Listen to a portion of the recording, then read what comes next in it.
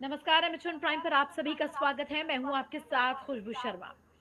दोस्तों, कोरोना के बारे में लगभग बातें करते हुए हमें 2 साल लगभग होने को आए हैं, लेकिन खतरा अभी भी बना हुआ है। दूसरी लहर आई, जो कुछ हुआ हम सबने देखा। बहुत सारी ऐसी चीज़ें थी जिसने हमें दिल दहलाकर रख दिया। भयंकर रूप कोरोना ने लिया। तमाम अस्पतालों की तस्वीरें हमने देखी, घरों की तस्वीरें हमने देखी, घर टूटते देखे, लोगों को बिछुड़ते देखा। ये तमाम एक ऐसी दयनीय स्थिति कोरोना की दूसरी लहर के दौरान हमने देखी। हालाँकि उस पर काबू पाया, तमाम चीज़ों पर हमने कंट्रोल किया और कोशिश की कि वैक्सीनेशन को तेज़ करें ताकि बचाव जो है वो इलाज से बेहतर है। इस वाली बात को हम कहीं न कहीं अपने जीवन में ढाल सकें और उसको सच साबित कर सकें और हुआ भी ऐसा। वैक्सीनेशन अभियान तेज़ी से चल रहा है।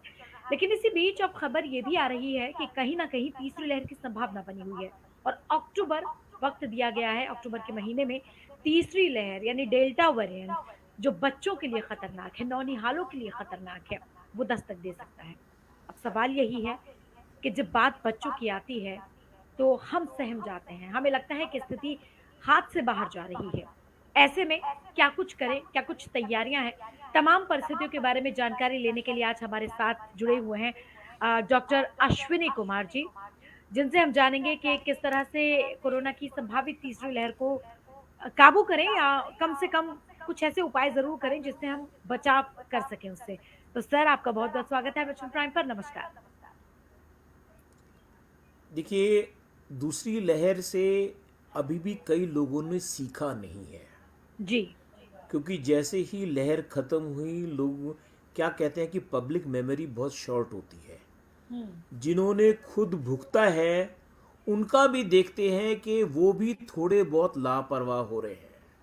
कोई कोविड प्रोटोकॉल बहुत सिंपल है कि मास्क पहनना, दूरी बनाए रखना, सैनिटाइज करना, हाथ धोना। जी। देखिए, हाथ तो फिर भी शायद घर आके लोग धो लेते हैं, हुँ। परंतु मास्क लगाने में बहुत केयरलेस हैं। साथ का जो सोशल डिस्टेंसिंग है, वो आप देखिए बिल्कुल भी नहीं हो रही है। अब थर्ड वेव की बात हो रही है कि बच्चों को इफेक्ट कर सकता है। बच्चों को कैसे इफेक्ट करेगा? या तो बच्चे बाहर जाएंगे। अभी स्कूलों का खोलने का टाइम जिन्होंने खोला है वो ठीक नहीं है, जी। क्योंकि अगर किसी एक बच्चे को भी कोरोना हो जाता है तो कोरोना तो एक प्लेग की तरह है, एकदम फैल जाएगा। दूसरी चीज, जो माँ बाप बाहर काम करते हैं और हुँ। ध्यान नहीं देते सोशल डिस्टेंसिंग का या फिर मास्क का, हुँ। उनके बच्चों को भी ये बहुत बड़ा रिस्क है। जी। इसीलिए उन माँ बाप को समझना बहुत ज़रूरी है कि वो तभी बाहर जाएं जब ज़रूरत हो। हुँ। अभी टाइम नहीं है बाहर खाना खाने के लिए, अभी हुँ। टाइम नहीं है बाहर घूमने के लिए। हमें दिसंबर तक कम से कम वेट कर लेना चाहिए, क्योंकि जी। तब तक होपफुली 2/3 पॉपुलेशन हमारी इंडिया की वैक्सीनेट हो जाएगी और हर्ड इम्यूनिटी आ जाएगी। जी। तो इसीलिए अभी गवर्नमेंट भी कोशिश कर रही है, परंतु देखा गया है कि जब तक हम स्ट्रिक्ट नहीं होते, लोग हुँ। नहीं मानते। जी। तो स्ट्रिक्टनेस होना बहुत जरूरी है। ज़रूरी है। अल्टीमेटली करना गवर्नमेंट को ही पड़ेगा, क्योंकि जब लोग कोविड से, महामारी से जब उन पे अटैक होता है तो दोष किसे देते हैं? गवर्नमेंट को, कि गवर्नमेंट गवर्नमेंट को ने देते काम हैं, नहीं किया। अब सरकार ने गवर्नमेंट नहीं तो किया। पूरा अवेयर कर रही है, पर लोग तो नहीं सुन रहे ना। आज भी सर तो प्रधानमंत्री इसीलिए बहुत ने इंपॉर्टेंट है कि स्ट्रिक्ट होना है। सर आज भी प्रधानमंत्री जी ने बैठक बुलाई है, लगभग 3:30 का समय है, जो बैठक शायद शुरू हो गई है। हमारे लाइव के चलते-चलते भी वो बैठक स्टार्ट हो गई है, जिसमें रिव्यू बैठक होगी, जो अब तक हुआ उस पर चर्चा होगी और अगर तीसरी लहर का खतरा होता भी है, तो क्या कुछ खास इंतज़ामात हैं, इसको लेकर ये बैठक चल रही है। तो ये तमाम चिंता का विषय बना हुआ है, आम जनता को ही नहीं सता रहा है, बल्कि देश के प्रधानमंत्री भी रिव्यू बैठक ले रहे हैं, कोरोना की तीसरी बैठक को लेकर, तीसरे खतरे को लेकर, तीसरी लहर को लेकर। जी। देखिए, प्रधानमंत्री जी ले रहे हैं, वो भी पूरी तरीके से इस चीज़ से अवगत हैं। सब जगह वो डायरेक्शंस पास भी कर रहे हैं। उन्होंने बहुत कुछ कहा है लोगों को अवेयर होने के लिए, परंतु ये हमारा दुर्भाग्य है कि हम नहीं सुनते। ये सिर्फ हमारा नहीं, आप ऑल ओवर द वर्ल्ड देखिए कि लोग इस चीज को सुनते नहीं। अभी पीछे डोनाल्ड ट्रंप ने अपने सपोर्टर्स को कहा था मास्क पहनने के लिए, तो उन्होंने उसकी खिल्ली उड़ाई थी। तो ये तो ऑल ओवर द वर्ल्ड ये चीज हो रही है, लोग समझ नहीं रहे हैं। तो इसका एक ही तरीका है कि स्ट्रिक्ट हो जाए। बिना स्ट्रिक्टनेस के ये नहीं होगा। बाहर जो भी बिना मास्क के जा रहा है उसको स्ट्रिक्ट फाइन होना चाहिए। सोशल डिस्टेंसिंग अगर नहीं होती है तो वहां की मार्केट जैसे बीच में बंद की जाए करी जा रही थी, उनको भी बंद कर देना चाहिए। दूसरी बात, स्कूल जो अभी खोले हैं उन्हें अभी रोक देना चाहिए। अभी तक हालांकि कई लोगों ने ये भी कहा है कि जी जो छोटे बच्चे हैं 5 साल के, उनके पास ऑनलाइन का कैसे होगा। परंतु आप ये देखिए, जिंदगी बड़ी है या उनकी पढ़ाई पढ़ाई तो फिर भी हो जाएगी। बिल्कुल सर। तो इसीलिए ये सब स्टेप्स लेना बहुत जरूरी है। बिल्कुल सर। और इसी बीच मैं आपको माफी चाहती हूँ, रोकना चाहूंगी। हमारे साथ एक और मेहमान जुड़ गए हैं, डॉक्टर पंकज वत्स, पूर्व हेल्थ डायरेक्टर हरियाणा, हमारे साथ जुड़ गए हैं। सर, स्वागत है आपका एमएच प्राइम पर। नमस्कार। वेलकम। सर, हम चर्चा कर रहे हैं कोरोना की संभावित तीसरी लहर को लेकर, बच्चों के लिए कितना खतरनाक है। हमारे साथ डॉक्टर अश्विनी कुमार भी जुड़े हुए हैं, अश्विनी गुप्ता जी भी, और चर्चा यही चल रही है। चूंकि अब आप जुड़े हैं तो आपसे भी आपकी राय जानना चाहेंगे कि किस तरह से, कितनी खतरनाक, कब तक आने की संभावना, क्योंकि अब तो प्रशासन की ओर से भी ये चेतावनी दे दी गई है, हेल्थ सेक्टर की ओर से भी कह दिया गया है कि तीसरी लहर आ सकती है। क्या करें? देखिए, तीसरी लहर में बहुत सारी चीजें आगे पीछे हो रही हैं। कब आएगी, कब नहीं आएगी, बच्चों के साथ कैसा व्यवहार रहेगा, क्या नहीं व्यवहार रहेगा। हेलो, आवाज आ रही है? जी सर, आ रही है सर। हेलो, हाँ, आ रही सर है। आपको आवाज आ रही है?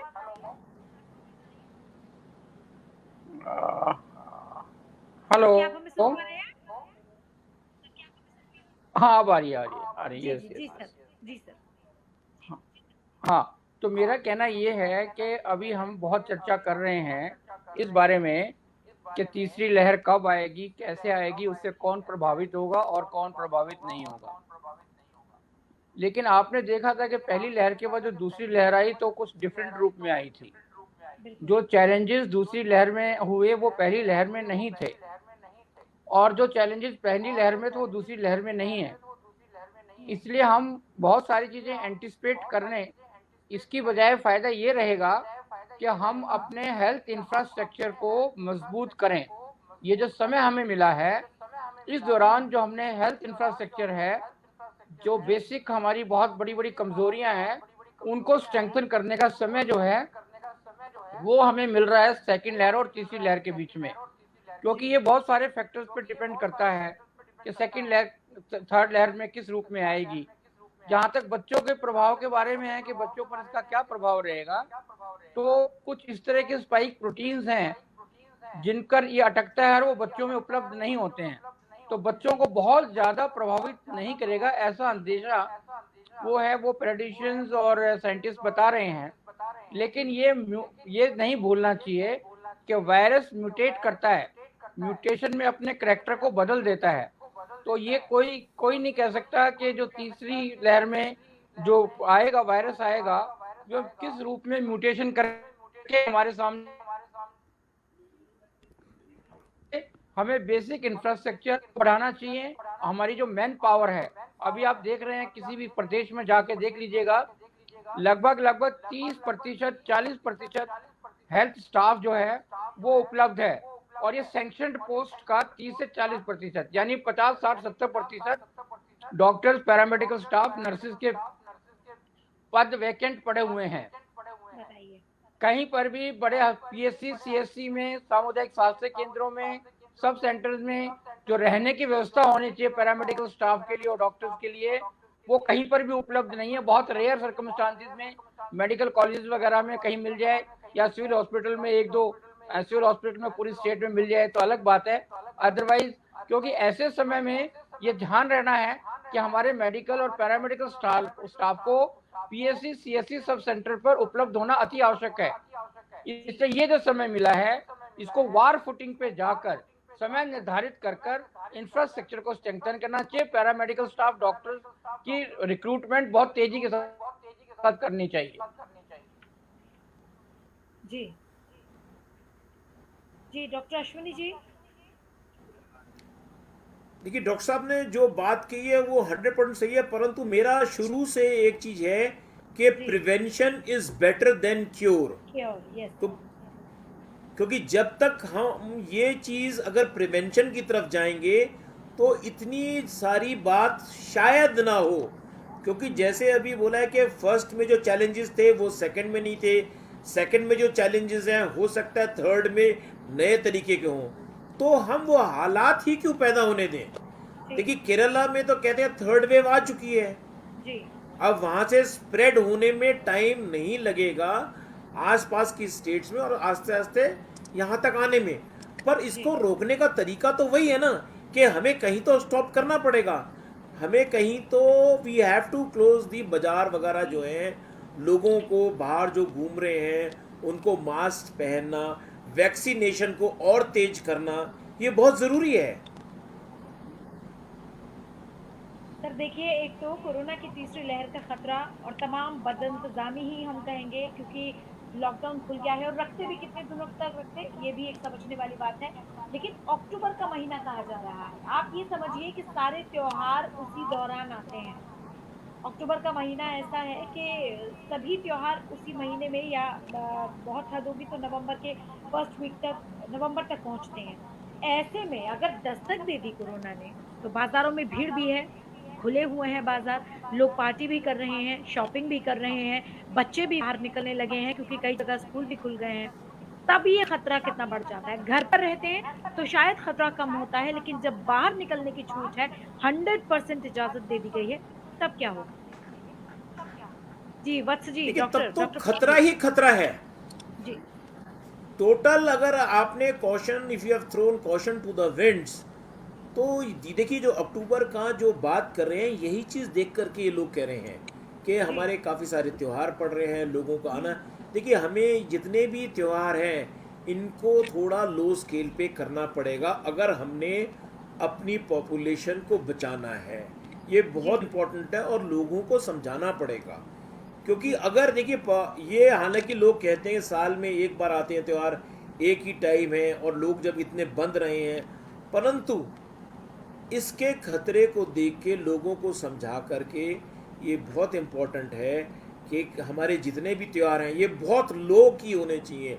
अगर ऐसा नहीं हुआ तो हमें बहुत मुसीबत झेलनी पड़ सकती है। क्यों डॉक्टर साहब, ठीक है कि नहीं? पंकज जी देखिए बिल्कुल ठीक बात है। ये जो पहले जो था ये था कि अगस्त के महीने में कोरोना आ जाएगा जी। उसके बाद कहा कि ये सितंबर में आएगा, अभी अक्टूबर में आएगा। और लेकिन जैसा कि डॉक्टर साहब कह रहे हैं, अगर हम पूरी प्रिकॉशंस लें, पूरी सावधानियां लें और वैक्सीनेशन को तेजी से आगे बढ़ाएं तो कोई बड़ी बात नहीं है। ये जो डेडलाइन है ये नवंबर दिसंबर के आगे भी जा सकती है और कोई जरूरी नहीं कि तीसरी लहर इस रूप में आए कि जिसको हम लहर के तरह कहें। हो सकता है केसेस आए, पर हो सकता है कि हम उसको लहर कहने की स्थिति में नहीं हो, क्योंकि जाने अनजाने में जो हमारे पास रिपोर्ट्स हैं, अगर हम पॉजिटिव केसेस की संख्या को देखते हैं जो हमने टेस्ट किए हैं और जो हम अब जो सर्वे किया है उसकी फिगर्स को देखें तो ये बिल्कुल स्पष्ट हो गया है कि करोड़ों लोग जो वो संक्रमित हुए और वो अस्पतालों तक पहुंचे ही नहीं, अपने स्तर पर ही ठीक हो गए। यानी लगभग कुछ प्रदेशों में 67% के करीब जो है वो पॉजिटिव रिपोर्ट सर्वे में रिपोर्ट्स आ रही है। और जो एल्डरली पेशेंट्स हैं उनमें 75% में ये सर्वे की रिपोर्ट दिखा रही है कि एंटीबॉडीज उपलब्ध हैं।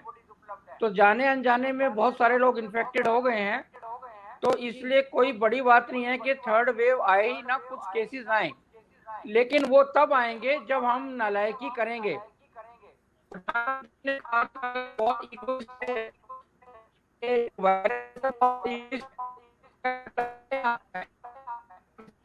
नहीं देंगे तो ये आप तक नहीं पहुंचेगा। अभी आपके ऊपर डिपेंड करता है कि आप इसको निमंत्रण देते हैं या नहीं देते हैं। आप भीड़ भरे स्थानों में जाते हैं, पिक्चर देखने जाते हैं, मास्क नहीं लगाते हैं, ठीक है, तो तब अगर आपने इनवाइट करना है तो ही आपके पास पहुंचेगा, अदरवाइज बहुत इगोइस्ट नहीं पहुंचता है। तो इसलिए हमें थोड़ा सा ध्यान रखने की जरूरत है। लेकिन सर एक सवाल ये भी तो बना हुआ है, हम सब कयास ही लगा रहे हैं, हम तीनों जितनी बातें कर रहे हैं ये एक तरह कयास और अनुमान ही है कि हो सकता है, हो सकता है, हो सकता है। लेकिन हम अगर 0.0005% ये मानकर भी चलें कि अगर स्थिति बिगड़ गई बच्चों के लिए, क्या संभाल पाएंगे? क्या हमारा प्रशासन, हमारा स्वास्थ्य विभाग, सभी राज्यों का क्या इस अवस्था में है कि पूरी तरह से तैयार है? देखिए, देखिए मैंने बहुत इसीलिए डिबेटेबल आपको ये बात क्वेश्चन है, कही। ये बहुत सर एक एक डिबेटेबल करके जी क्वेश्चन है। अश्विनी जी। बोल रहे हैं कि तैयार होंगे, परंतु मेरा अपना अनुमान ये है कि अगर ये बच्चों में बहुत बढ़ गया तो संभालना बहुत मुश्किल हो जाएगा, जी। बहुत परेशानी हो जाएगी। इसका एक ही तरीका है, क्योंकि हम इसको देखिए अभी, इसीलिए एक्सपर्ट्स जितने भी हैं थर्ड वेव की वार्निंग इसीलिए दे रहे हैं कि हम सब समझ जाएं। अगर आप नहीं समझेंगे और आप जैसे 0.005% या 0.001% भी अगर बच्चों में फैल गया, जी अगर तो माइल्ड सिम्टम्स हुए तो ठीक है, परंतु जी अगर ये सीरियस हुआ तो संभालना बहुत मुश्किल होता है। जी जी पंकज जी। देखिए, मैं बिल्कुल सहमत हूँ इस बात से, और इसीलिए मैं बार बार आपको क्या कह रहा हूँ, बेसिकली पेरेटिक्स के हिसाब से हमारे पास इंफ्रास्ट्रक्चर्स बहुत कमजोर हैं। हमारे पास आईसीयू बेड्स हैं, लेकिन उनमें से कितने बच्चों के लिए आईसीयू बेड्स हैं, इसका अगर डाटा देखेंगे तो बहुत कम है। दूसरा, आईसीयू में सेवा करने वाले जो डॉक्टर्स, पैरामेडिकल स्टाफ हैं, वो बच्चों के लिए इस तरह की सुविधा देने में सक्षम नहीं है। तीसरा ये है कि बड़े बड़े हॉस्पिटल्स में फिर भी पीडियाट्रिक्स वार्ड्स हैं, मेडिकल कॉलेज में पीडियाट्रिक्स वार्ड्स हैं, लेकिन civil hospital, PSC, CSC level पर पीडियाट्रिशियन का होना बहुत रेयर कॉमोडिटी है। वहां पे बच्चों के डॉक्टर उपलब्ध ही नहीं है। जी सिविल हॉस्पिटल में, कहीं डिस्ट्रिक्ट हॉस्पिटल में आपको फिर भी मिल जाएंगे, जी लेकिन जैसे उसके नीचे जाते हैं तो आपको प्राइमरी हेल्थ सेंटर में, सीएससी में, वहां पर आपको पीडियाट्रिक डॉक्टर्स मिलेंगे ही नहीं। तो ऐसे में समस्या बहुत बड़ा विकराल रूप लेकर आने वाली हो सकती है। इसलिए उनको पीएससी, सीएससी में रहने वाले डॉक्टरों को भी इस तरह की ट्रेनिंग्स देना, स्पेशल ट्रेनिंग्स देना कि इस तरह की अगर स्थिति आती है तो उसको कैसे हैंडल करना है, बच्चों को कैसे टैकल करना है, ये इस दौरान करने की आवश्यकता है। जी। सर माता-पिता जो चिंतित हैं, डरे हैं, हालाँकि स्कूल खुले हैं लेकिन अभी भी कुछ माता-पिता नहीं भेज रहे हैं अपने बच्चों को इस डर से कि कहीं कोरोना हो ना हो जाए या कुछ ऐसी स्थिति ना हो जाए। उनके लिए आप क्या कहेंगे कि अगर ऐसी कोई सिचुएशन आती भी है तो किस तरह से घर में बचाव करें? क्या क्या कौन-सा ऐसा तरीका है जिससे सेफ्टी की जा सके? जी, जी। देखिए, अभी तो बच्चों के लिए मुझे नहीं लगता कि स्कूल्स खोलने में कोई ज्यादा दिक्कत है, क्योंकि अभी लहर नहीं है। और अगर इक्का दुक्का 2, 4, 5, 10 केसेस आते हैं तो हम अभी स्थिति में हैं कि उसको टैकल कर पाएं, जी। उसको संभाल पाएं। अगर लहर लेकिन सर आएगी तो आएगी दिक्कत क्यों? होगी।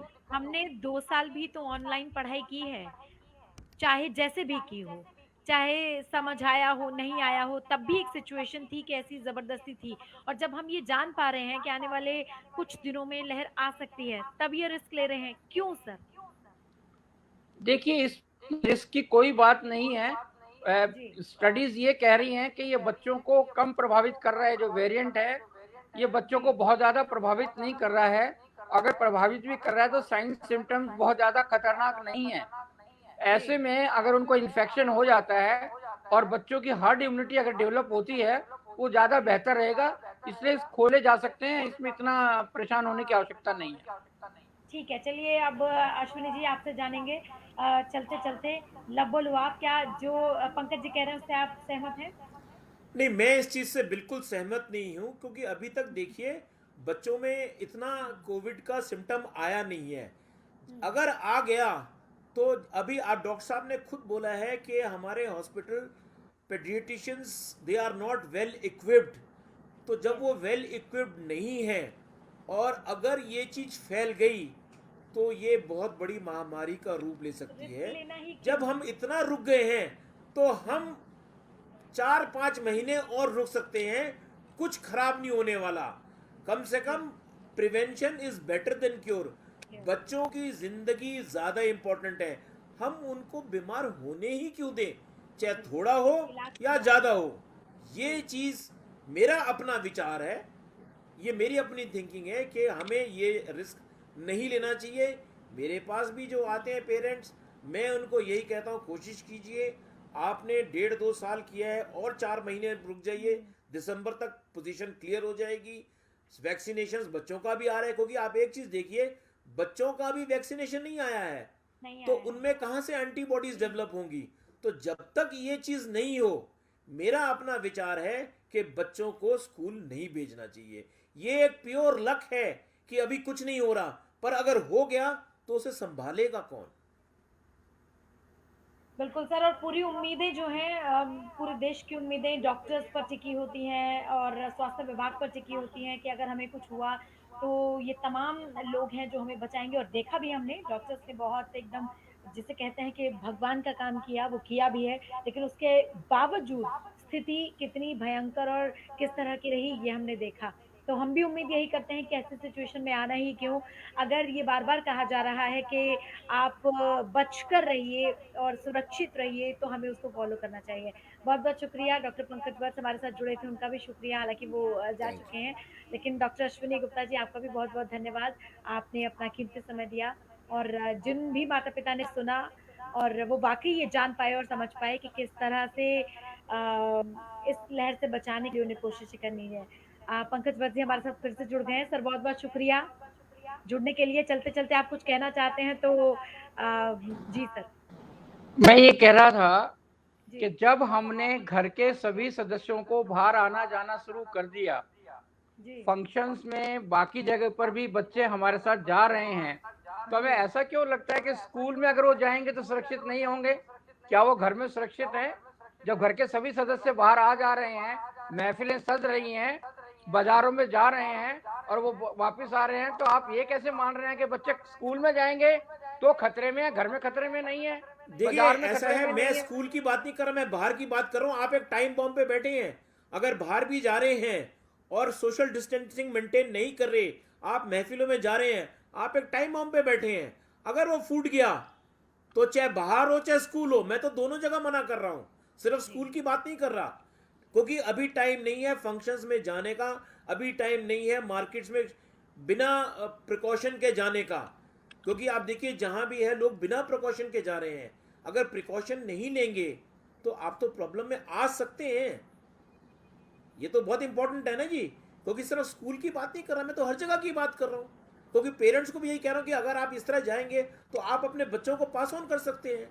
बच्चों को आफ्टर ऑल कहाँ से आएगा? या तो वो खुद बाहर जाएंगे या अपने पेरेंट्स के थ्रू या अपने जो जानकार हैं उनके थ्रू पास ऑन होगा। तो इसलिए अगर वो इस चीज़ का ध्यान नहीं रखेंगे, कोविड प्रोटोकॉल्स को फॉलो नहीं करेंगे, क्योंकि देखिए आने वाले टाइम में कोविड एक फ्लू की तरह हो जाना है कि उसका सिम्टम होगा, रिकवर। परंतु जब तक ये नहीं होता तब तक हमको प्रिकॉशंस लेना बहुत जरूरी लेना पड़ेगा। जी पंकज जी कुछ कहना चाहेंगे? बस यही कहना चाहूंगा कि जी ये बिल्कुल दोबारा से याद दिलाना चाहूंगा कि बहुत ईगोइस्ट है ये वायरस, उसकी ईगो बनाए रखिएगा, उसको आमंत्रित मत करिएगा। बिल्कुल ठीक अगर कहा आप आपने। आमंत्रित करेंगे तो ही आएगा, उसकी ईगो बनाए रखिएगा। चलिए बहुत बहुत शुक्रिया डॉक्टर पंकज वत्स जी हमारे साथ जुड़ने के लिए और डॉक्टर अश्विनी गुप्ता जी हमारे साथ जुड़ने के लिए। और एक बार फिर अपने दर्शकों से हम कहना चाहेंगे कि तीसरी लहर का खतरा भले ही बना हुआ है, लेकिन आपने दोनों एक्सपर्ट्स को सुना, उनका भी कहना यही है कि आमंत्रण मत दीजिए, जितना हो सके उतना बचाव करके चलिए, जो तमाम प्रोटोकॉल है उनका पालन कीजिए। और दूसरी लहर पर भी काबू पाया है, तीसरी लहर को आने से पहले रोका जा सकता है, बशर्ते कि आप एकदम उसके खिलाफ जो अलग जगा कर रखने वाली फीलिंग्स है वो अपने मन में रखें और तमाम प्रोटोकॉल्स का पालन करें। इसी के साथ दीजिए दोनों मेहमानों का बहुत बहुत शुक्रिया, आपने सर समय दिया और हमारे साथ जुड़े, बहुत शुक्रिया। दीजिए इजाजत, नमस्कार।